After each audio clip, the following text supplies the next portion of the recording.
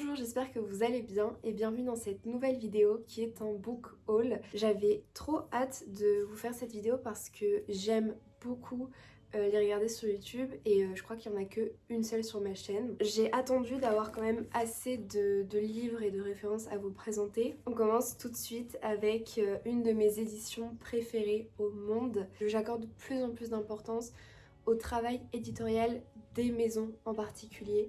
Et là vous allez voir, c'est que des maisons que j'admire beaucoup.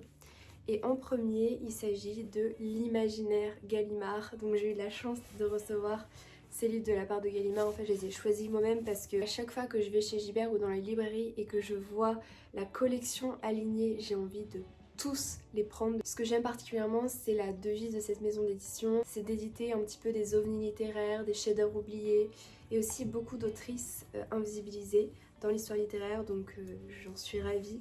Et là, il me semble qu'effectivement, il n'y a que des autrices. Et je suis également ravie de vous dire que pour la plupart d'entre elles, il y a déjà ou il y aura un portrait d'elles sur mon média Le Café des Lettres. Donc des petites capsules dans lesquelles pendant 1 minute 32 minutes, j'essaie de raconter un petit peu leur vie et leur histoire littéraire. J'ai publié son portrait cette semaine. Il s'agit de Lucie de la rue Mardrus, une poétesse, une autrice bisexuelle très talentueuse. Et celui-ci, c'est un petit peu son grand roman, L'Ange et les pervers, publié en 1930. C'est un conte, roman d'apprentissage, journal, livre brouille les frontières entre genre et forme narrative et propose une réflexion novatrice sur la féminité, anticipant le constructivisme du deuxième sexe de Simone de Beauvoir. Et regardez-moi aussi ce travail éditorial avec toutes ces couvertures qui sont plus belles les unes que les autres. Ensuite, Leonora Carrington, qui était une écrivaine et une peintresse. Il est marqué que c'est une grande farce noire, récit initiatique sur le temps qui passe. C'est un grand texte surréaliste. Et c'est vrai qu'elle a été aussi une grande poétesse. J'ai lu beaucoup de ses poèmes dans le recueil de femmes surréalistes et j'ai beaucoup aimé ce qu'elle propose. Et j'aime aussi beaucoup cette question qui est mise en exergue. Est-ce que les femmes dérangées dérangent? J'adore. Alors là, Radcliffe Hall, qui est une grande autrice lesbienne, son livre le plus connu c'est Le Puits de la solitude, qui va aussi révolutionner la littérature anglaise, tant par ses thèmes que par sa forme, et par le fait qu'elle exprime très explicitement le lesbianisme. Donc là, je ne vous dis pas forcément de quoi ça parle parce que moi-même maintenant je n'aime plus lire les résumés parce que sinon déjà ça spoil. Ça annonce trop la structure du récit et je n'aime plus tant ça. Mais là, on a La Flamme vaincue. Il y a quand même tout de même marqué que c'est le deuxième ouvrage publié de l'autrice, mais La Flamme vaincue est en réalité le premier qu'a écrit Radcliffe Hall. Donc très intéressant à savoir. Ensuite, Rachilde. D'ailleurs, je peux vous présenter aussi celui-ci que j'avais reçu de la part de Bouquin. C'est une grande anthologie avec aussi donc Monsieur Vénus, L'Animal, La Princesse des Ténèbres, La Tour d'amour, Le Dessous. Il me semble qu'il y a presque tous ces écrits. En tout cas, j'adore ce genre d'anthologie et j'aime aussi beaucoup le travail éditorial. Rachid, donc c'était une écrivaine décadente du Paris lesbien et je pense que un de ses romans les plus connus, enfin je pense que c'est son plus connu, c'est Monsieur Vénus. Et ce roman, comme d'ailleurs le roman de Radcliffe Hall, enfin de Violette Leduc que je vais vous présenter, a fait scandale. Il a été jugé trop érotique et trop licencieux. Voilà, j'aime ces femmes qui dérogent aux règles, qui réinventent la littérature et qui font scandale. Ensuite, une autrice qui a correspondu et qui était amie, en tout cas amie littéraire avec Annie Ernaux, il s'agit de Mireille Best avec Les mots de hasard, qui est un recueil de textes, donc de nouvelles. Il y a une préface d'Annie Ernaux, ça me réjouit d'autant plus. Il est dit que le livre mêle rêve et réalisme dans une langue sensible et libre. Avec ce recueil, son premier, Mireille Best atteint sa vérité. Ensuite, Nathalie Clifford Barney avec Je me souviens, qui est aussi une grande autrice lesbienne et qui est sortie avec beaucoup de peintresses, de poétesses et d'autrices. Je me souviens, c'est une très grande et longue lettre à René Vivien suite à leur rupture en 1904 et qui a été publiée anonymement en 1910. Ah ça, j'aime beaucoup l'anecdote. Ensuite, une très grande autrice italienne dont vous pouvez retrouver le portrait sur le Café des Lettres. Il s'agit de Anna Maria Ortese avec L'Iguane. Elle a beaucoup écrit durant sa vie et celui-ci est un de ses plus connus. À tous les lecteurs qui désirent quelque chose d'inouï, à tous les lecteurs passionnés, ennuyés, rassasiés, enthousiastes, passagers, frivoles, fidèles, s'adresse à ce roman inclassable. Si ça donne pas envie de le découvrir. Et ensuite Silvina Ocampo avec Mémoire secrète d'une poupée. Et c'est un recueil de nouvelles où le quotidien le plus banal se révèle être un monde de rêves et de cauchemars, où les personnages oublient leur passé pour ne se souvenir que de l'avenir, et où les rêves voyagent d'un lit à l'autre. Et enfin, le seul et l'unique dans cette sublime édition non censurée, Violette Leduc avec Ravage.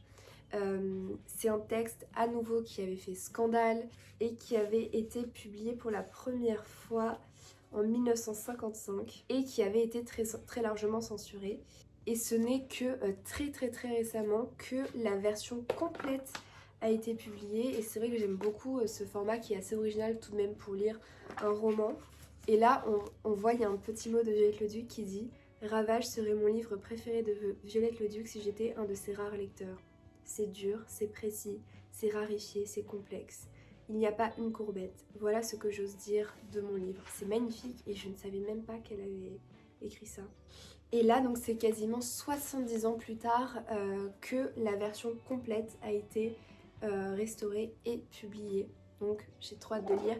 Et c'est vrai que celui-ci ne fait pas du tout l'unanimité. Il y a beaucoup de lectrices, j'ai envie de dire lectrices parce qu'il y a très peu de lecteurs qui la lisent. Beaucoup de lectrices qui se sentent assez dépassées par le texte et qui ne l'ont pas aimé, même si il les a marquées dans un sens. Et du coup ça m'intrigue énormément et j'ai trop envie de savoir ce qu'il contient.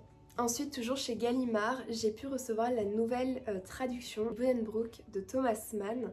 Donc j'avais déjà la version livre de poche, mais je ne l'ai pas lu encore, donc c'est pour ça que j'ai demandé de recevoir la nouvelle traduction, parce qu'en fait je trouve ça toujours super intéressant.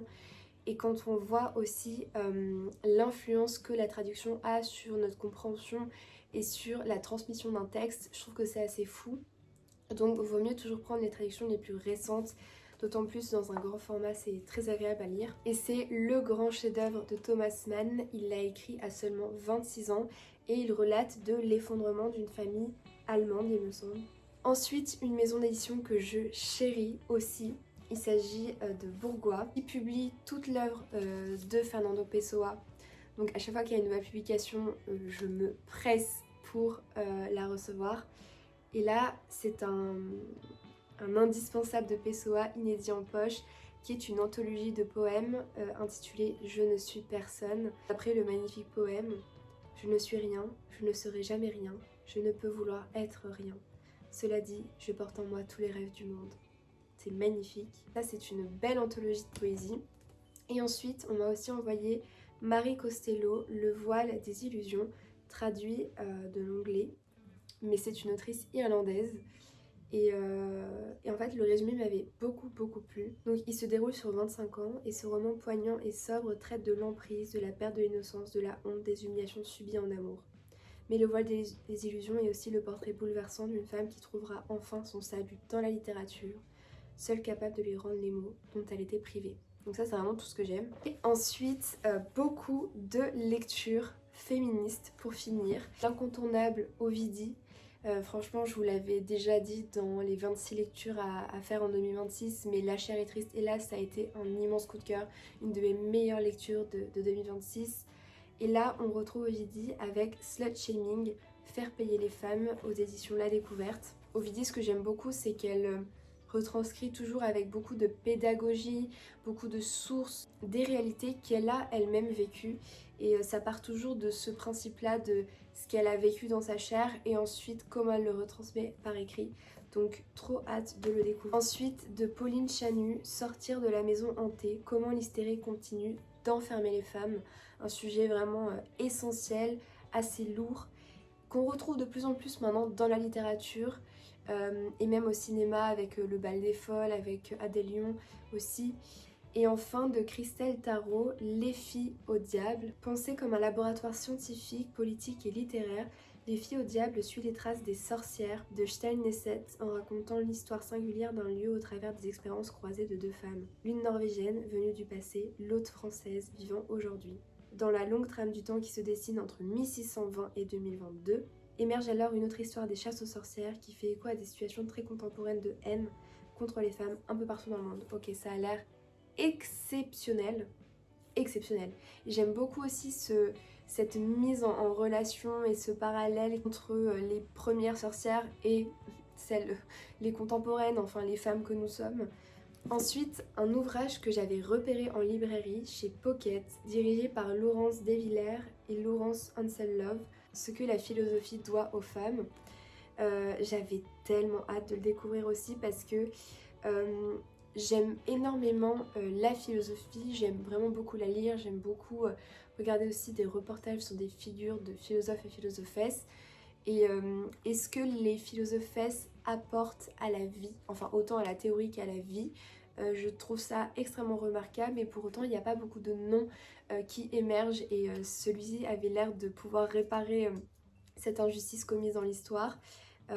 Donc voilà, découvrir d'autres noms, des femmes qui ont pensé et qui ont écrit la philosophie, ça j'adore. Ensuite, pour finir, 2 livres de poche, Désirer la violence, préfacé par Lio, de Chloé Thibault. Donc une grande enquête de ce que la pop culture nous apprend à aimer et qui déconstruit justement cette idée du désir soi-disant de la violence. Ça a l'air d'être effectivement un essai très complet, comme dit Les Inrocks, qui fait tomber quelques mythes. En dernier, j'ai acheté Baise-moi de Virginie Despentes parce que, par erreur en plus, mais pour le meilleur, dans la liste des 25 meilleurs livres du 21e siècle, on m'avait beaucoup conseillé Baise-moi. Quand j'ai fait le récapitulatif de ma liste, je me suis rendu compte que il était sorti en 1994 et que c'est le livre et que c'était le film qui était sorti dans les années 2000. Donc je n'ai pas pu le mettre dans le classement, mais je l'ai acheté et je suis très contente parce que là je viens de finir King Kong Theory et ça m'a d'autant plus donné envie de lire Baise-moi. Donc trop hâte de lire aussi ce texte de Despentes qui a été écrit bien avant King Kong Theory, donc qui me semble d'autant plus intéressant pour vraiment prendre en compte le développement de sa pensée. J'espère sincèrement que la vidéo vous a plu. N'hésitez pas à me dire en commentaire quelles sont les vidéos que vous voudriez voir sur ma chaîne et je vous fais des bisous.